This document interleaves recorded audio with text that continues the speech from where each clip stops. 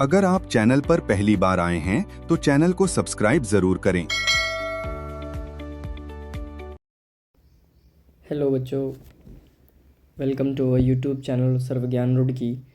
जैसा कि आप सभी जानते हैं, हमने पिछले लेक्चर में क्लासिफिकेशन ऑफ मैटर को कंप्लीट किया। अब उसी लेक्चर सीरीज़ में हम बहुत ही इम्पॉर्टेंट बातों को करने वाले हैं, जो कि इस लेक्चर में हम करेंगे, जिसमें हमारा टॉपिक आता है बेसिक डेफिनेशंस। अब कुछ बेसिक डेफिनेशंस हैं, या कह सकते हैं कि कुछ बेसिक टर्म्स हैं जिन्हें हमें जानना बहुत ज़रूरी है। उसी में जो पहला टर्म है आपका, वो क्या है आपका? Atomic mass. एटॉमिक मास को ही हम क्या कहते हैं? रिलेटिव एटॉमिक मास। आइए पहले समझ लेते हैं, फिर डेफिनेशन पर चलते हैं। कि जैसे अगर आपके पास कोई एक एलिमेंट कहा गया, अगर मैं आपको हाइड्रोजन का एलिमेंट की बात कर रहा हूँ, तो ये रहा हाइड्रोजन का एलिमेंट, और इस हाइड्रोजन के एलिमेंट में हाइड्रोजन के एटम्स ही इसके क्या होंगे? कॉन्स्टिट्यूएंट पार्टिकल्स होंगे, जिन्होंने मिलकर इस एलिमेंट को बनाया होगा। तो एलिमेंट को कौन बनाता है? सेम टाइप के ही एटम्स बनाते हैं, ये हमने क्लासिफिकेशन में पढ़ा। तो अब इसी में से ही मैं एक एटम को बाहर निकाल रहा हूँ। तो ये जो एक एटम है, अब इसका मास क्या होगा? इस हाइड्रोजन के एक एटम का मास कितना होगा? उसे ये हम क्या बोलेंगे? एटॉमिक मास बोलेंगे। तो इस हाइड्रोजन का मास जो निकल कर आएगा, वो किसी ना किसी के रेफरेंस से निकल कर आएगा। क्यों? क्योंकि आज के टाइम पर भी अगर हम किसी चीज़ का भी कोई मास निकाल रहे होते हैं, तो वो किसी ना किसी के रेफरेंस से निकल कर आता है। जैसा कि अगर आपका वेट 50 kg है, तो अगर आप वेइंग मशीन में खड़े हो रहे हैं, तो कैसे पता कि वो आपका वेट ही इतना ही वेट आपका 50 kg होगा? तो इसका मतलब कहीं ना कहीं वहाँ पर एक रेफरेंस लगा हुआ है कि आप उस रेफरेंस से 50 टाइम्स हैवियर हैं, इसलिए आपका वेट कितना आ गया? 50 kg आ गया। उसी तरीके से किसी भी एटम का मास निकालने के लिए उसको किसी ना किसी रेफरेंस के साथ कंपेयर किया जाता है, तब जाकर उसका वेट निकल कर आता है या मास निकल कर आता है। केमिस्ट्री में मैं वेट बोलूँ या मास बोलूँ, एक ही बात है, क्योंकि फिज़िक्स में क्या होता है कि अगर मास को एक्सीलरेशन ड्यू टू ग्रेविटी से आप मल्टीप्लाई कर देते हैं, तो आपका वेट आ जाता है। लेकिन केमिस्ट्री में मास बोला जाए, वेट बोला जाए, एक ही बात है, क्योंकि किसी किसी बुक्स में मास बोला गया है, किसी किसी बुक्स में वेट बोला गया है। तो उसी को देखते हुए अगर किसी एक एटम का आपको मास निकालना है, तो वो किसके रेफरेंस पे निकाला जाएगा? तो फॉरेन में आईयूपीएसी तो पता ही है आपको, international union of pure and applied chemistry. तो उनके हेडक्वार्टर्स में 7 फंडामेंटल क्वांटिटीज़ जो होती हैं, जैसे मास हो गया, ल्यूमिनस इंटेंसिटी हो गया, टेम्परेचर हो गया, लेंथ हो गया, तो इन सब के बेसिक मेजरेबल प्रोटोटाइप्स वहाँ रखे हुए हैं। प्रोटोटाइप्स मतलब क्या है? कि जिनको रेफरेंस मानकर आगे वेट निकाले जाएंगे। तो अगर मैं मास की बात करूं, तो मास के लिए जो बेसिक मेजरेबल प्रोटोटाइप है, वो कार्बन 12 का एक एटम रखा हुआ है। कार्बन 12 का एक एटम, कार्बन 12 का एक एटम रखा हुआ है, उसको रेफरेंस मानते हुए सारे वेट निकाले गए। तो कैसे निकाले गए? जो कार्बन 12 का एक एटम है, कार्बन 12 का एक एटम है, इसका मास कितना माना गया? 12U। साइंटिस्ट ने इतना इसका मास कितना माना? 12U माना। तो इसके अगर 12 टुकड़े कर दिए जाएं, इसके अगर 12 टुकड़े कर दिए जाएं, तो अगर मैं कहूँ कि एक एटम का मास कितना है?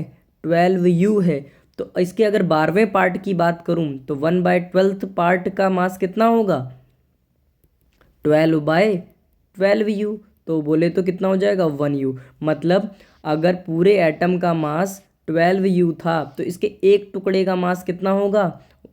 1U होगा। तो उन्होंने यही बोला कि किसी भी एटम का मास अगर आपको निकालना है, तो आपको इसके साथ कंपेयर करना पड़ेगा। तो अगर उस एटम का मास इस 1U से कितने टाइम्स हैवियर आ रहा है, तो वही उस एटम का रिलेटिव एटॉमिक मास कहा जाएगा। चलिए थोड़ा डेफिनेशन की तरफ चलते हैं। तो डेफिनेशन क्या लिखी हुई है?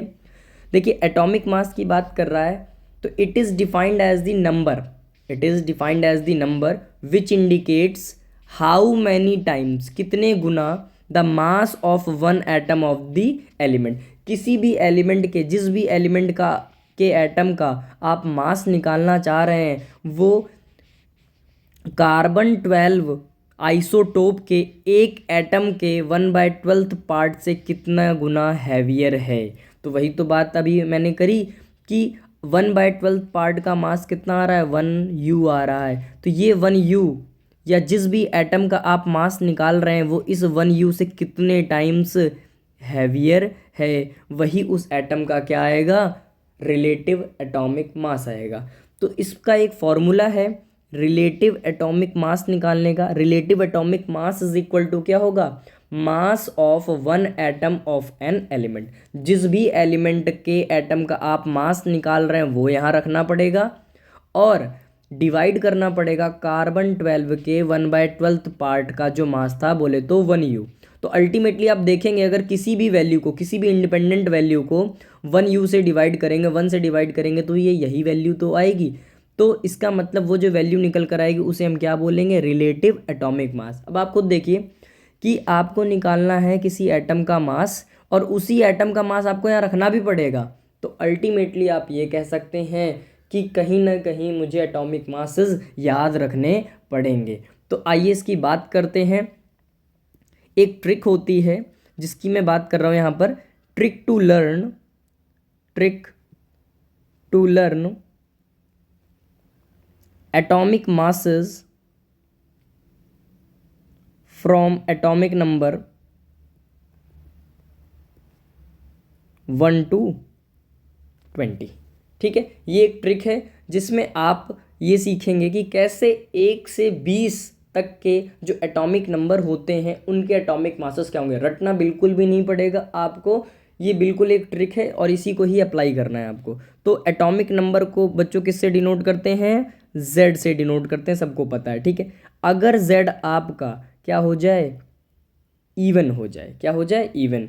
और दूसरी कंडीशन क्या होगी, अगर Z आपका क्या हो जाए, ऑड हो जाए, तो क्या होगा। तो चलिए देखते हैं। अगर Z आपका इवन है तो जो एटॉमिक मास निकल कर आएगा वो क्या आएगा, 2 times of Z, 2 times of Z निकल कर आएगा। अगर आपका एटॉमिक नंबर ऑड है तो जो आपका एटॉमिक मास निकल कर आएगा वो क्या निकल कर आएगा, 2 टाइम्स ऑफ Z प्लस 1। चलिए एग्जाम्पल देखते हैं। एग्जाम्पल क्या है, जैसे मैं फ्लोरीन की बात करूं, अगर फ्लोरीन कितना होता है, 9, तो इसका एटॉमिक नंबर कितना है बच्चों, 9। 9 मतलब ऑड है, तो कैसे निकालेंगे हम इसका एटॉमिक मास, कैसे निकालेंगे, 2 टाइम्स ऑफ 9 प्लस 1, तो कितना आ जाएगा, 9 2 जा 18, 18 और 1 19। तो फ्लोरीन का मास कितना निकल कर आ गया, 19 निकल कर आ गया।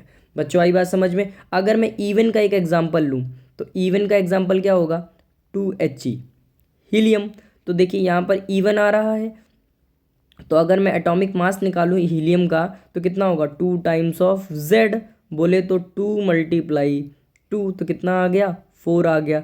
तभी तो हीलियम का एटॉमिक मास आप 4 रखते हो और यहाँ देखिए 19 ही तो आएगा कि नहीं आएगा। ठीक है, अब यहाँ पर कुछ बात है जो एक्सेप्शन है जो आपको याद रखनी पड़ेंगी। 4 एक्सेप्शंस हैं यहाँ पर, क्या है, 4 एक्सेप्शंस हैं। वो एक्सेप्शंस क्या क्या हैं, एक तो है 1H, दूसरा क्या है 4Be, तीसरा है 7 नाइट्रोजन और फिर चौथा है 18 आर्गन। तो इनके मासेस आपको याद रखने पड़ेंगे क्योंकि 1H मतलब हाइड्रोजन का कितना होगा 1 और बेरिलियम का कितना होगा 9 और नाइट्रोजन का कितना होगा 14 और आर्गन का कितना होगा 40 होगा। तो बच्चों इन सारी बातों को आपको याद रखना पड़ेगा, फिर आपको कोई भी एटॉमिक मास याद रखने की ज़रूरत नहीं है, आप इस ट्रिक को लगाकर उनको निकाल सकते हैं। तो थैंक यू बच्चों, इस वीडियो में हमने जान लिया कि एटॉमिक मास क्या होता है। अब नेक्स्ट वीडियो में हम आगे की बातें करेंगे कि ये जो यू टर्म आया है ये यू टर्म क्या है। ठीक है, तब तक के लिए बाय बाय, और चैनल को शेयर करें, वीडियो को लाइक करें, कमेंट करें। Thank you.